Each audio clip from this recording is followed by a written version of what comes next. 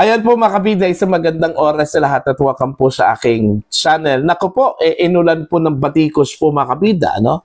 Ito hong naging pahayag po ni ICI Chairman, dating Supreme Court Associate Justice Andres Reyes Jr., ano, mga kabida. Sinabi kasi niya na kailangan po nating magmahalan po, ano? Okay? Sa kabila po ng mga nakawan na nangyari po mga kabida, kung saan po galit na galit po itong taong bayan po mga kabida. At ang gusto po nila, hustisya po ano, dito ho sa korupsyon. Malawakang korupsyon po mga kabida sa flood control projects. Pero makakarinig lang po tayo ng kailangan po tayong magmahalan. Ano? Wala naman pong problema dyan kasi unang-una, ideal po yan, ano, mga kabida. Pero sa ganitong sitwasyon, hindi ho pagmamahalan ang kailangan po dito. Okay? Hustisya po. Justice doon ho sa pera po ng taong bayan, ninakaw po mga kabida ng ilang mga opisyal po ng gobyerno. Ano? Eto, babasahin ko lang po, ano, ito hong article po, ano, ng ang balita ngayon, ano po, mga kabida. Okay? Umani ng matinding batikos online ang pahayag ni Independent Commission for Infrastructure Chairman at dating Supreme Court Justice Andres Reyes Jr. matapos nitong sabihin na what the world needs now is love, not greed, not selfishness. Ayan. Ayon kay Reyes, dapat umanong palitan ng malasakit at pagmamahal ang kasakiman sa lipunan. Tama yun. Okay? Tama yun. Dapat po, malasakit po, ano, sa bawat Pilipino, hindi ho pagnanakaw, mga kabida, ano? Okay? Kailangan pag-ibig hindi yung swapang ka. Lahat ng pera, tinatago mo, hindi mo sinishare. What the world needs now is love, not greed, not selfishness. We need to love our country. We need to love our countrymen. We need to love one another. Paliwanag pa niya, ang diwa ng love ay dapat magsimula sa bawat Pilipino sa paraan ng pagtitipid, pagiging tapat, at pagmamahalan sa kapwa. Ngunit, para sa maraming netizens, hindi love ang kailangan ngayon, kundi hustisya. Anong love? Justice ang kailangan namin. GAGO.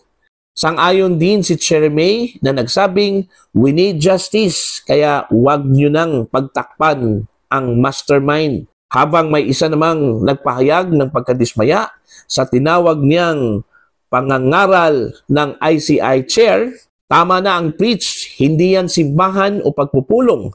Matagal nang siniksik ng mga magnanakaw ang pag-ibig nila sa pera habang naghihirap ang taong bayan. We need evidence, proof, transparency, investigation, and corrupt-free government. Dagdag pa ng netizen na si Andre Basadre, greedy, kaya nga ninakaw ang pera ng Pilipinas, daming namatay sa baha dahil sa greed. Para sa mga netizens, ang mga salitang love at unity ay tila malayo sa sentimento ng mga Pilipinong gustong makakita ng tunay na accountability sa likod ng bilyong-bilyong flood control fund anomaly. Imbestigahan mo si Marcos kung totoo yang ginagawa nyo, ayon pa sa komento ni Kim Hinayon. Habang nananawagan ng love si Justice Reyes, ang taong bayan naman ay humihiyaw ng hustisya, isang sigaw ng pagkadismaya sa patuloy na pagdududa kung may mapapanagot ba talaga sa mga magnanakaw sa gobyerno. Ayon. So yun po, ano, mga kabida. Iba yung interpretation po ano ng mga netizens dito ho sa naging pahayag po ni Justice Reyes po, ano, na kailangan po ng pagmamahal sa kapwa, hindi po pagnanakaw, hindi po pagiging sakim, ano, mga kabida.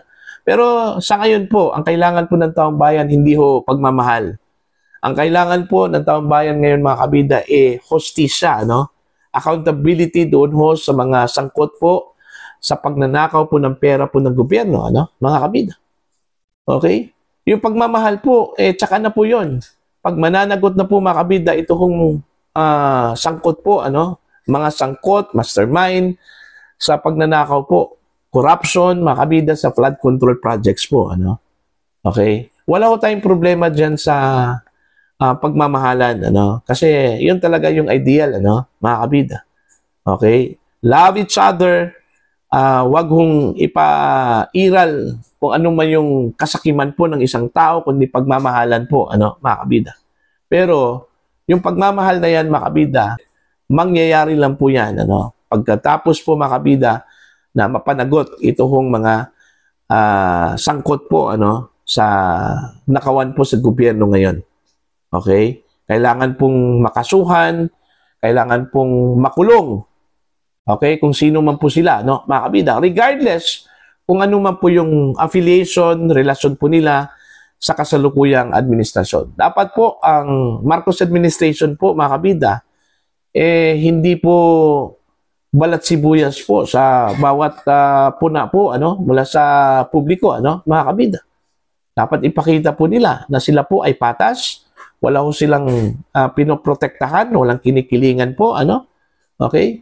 Kasi po ang nangyayari po ngayon base po sa impresyon po, mga kabida, meron pong pinoprotektahan ito kung administrasyong ito, ano, na mapabilang po, mga kabida, doon po sa mga taong kakasuhan po laban ho dito sa nangyaring corruption po, mga kabida, ano. Okay? Dito pa lang po sa mga nirekomenda po ng ICI, mga kabida, wala na po diskumpiyado na daw ito kung mga kababayan natin, ano. Kung talagang makukuha pa itong hustisya po, ano. Kahit na po ilang tao po ang kakasuhan dyan, mga kabida, kung mismo yung mastermind, kung mismo yung mga sangkot talaga, ano, ay mapawalang sala po, mga kabida, wala pa ring silbi yung mga action po ng gobyerno, ano. Okay? Kinakasuhan lamang yung mga taong damay, o di kaya kunti lang po yung partisipasyon, pero yung mastermind mismo, yung may utak talaga, mga kabida, no? Yung malaking nakulimbat po na pera, no? Spared. Hindi naman po maganda yon, ano, mga kabida. Okay? Dapat ipakita po sa publiko na whether kaalyado, okay, may relasyon sa Pangulo, ano, mga kabida, kung talagang meron pong ebidensya laban sa kanila, ano, dapat po sampahan po ng kaso. Yun po yung gusto po ng taong bayan po, mga kabida. Para mapatunayan po, mga kabida, na itong gobyernong ito, wala hong pinoprotektahan po, ano, mga kabida. Okay? Hindi po puro lang po stunt. Hindi po maganda yan, ano? Okay? Kagaya na lang po ng ginawa po ng ICI, ano? Sa halip po, mga kabida, na kanila hong focus sa Cebu, kasi doon pa lang sa naging expose po, mga kabida, no, ni Governor Pam Baricuatro, na yung halos lahat ng flood control projects po sa Cebu, kung hindi man po ghost, substandard daw, ano, mga kabida. Diba? Dapat doon sila mag-focus, hindi po sa Davao. Wala naman po nangyaring baha sa Davao, Oh, para bang ang impression tuloy, mga kabida, na hinahanapan po ng butas po, ano, okay, ng kasalukuyang administrasyon, ito hong mga politiko, mga namumuno po sa Davao City, ano, mga kabida. Diba? Nagpunta na po doon, ano, si DPWH Secretary Vince Dizon, si Mayor Magalong, nung unang pagbisita po nila sa Davao City, kung saan po, mga kabida, may na-discovery po silang maanomaliang flood control projects doon po sa Davao Occidental, ano, mga kabida. Ngayon, binalikan po. Yung challenge nga ni dating Governor Chavit Singson po, mga kabida, ano, na puntahan po ang Ilocos Norte kasi meron po mga proyekto po ang mga diskaya doon, ano, mga kabida, na sinasabi hong questionably din, posibleng meron pong problema sa flood control, bakit hindi po nila pinuntahan po? Bakit nakafocus po sila sa lugar kung saan po kalaban po, ano, ng gobyerno, ano, ng administrasyong ito? So, ang hinala tuloy politika, mga kabida, ano? Okay? Politika tuloy ang hinala po. Kaya pumunta po sila ng Davao City, kaya po nag-inspection po sila doon, ano, itong ICI, para po makahanap po ng ebidensya laban ho sa mga Duterte. Yun yung impression po, mga kabida. No? So, yun lang po. No? Para po sa inyo, ano po ang inyong opinion at pananaw ho dito? Please comment down. Sa mga hindi pa po subscriber sa aking channel, please subscribe. Just click the subscribe button. Click the notification bell, click all para updated po kayo mga kabida sa aking mga uploads. Maraming salamat po sa inyo lahat.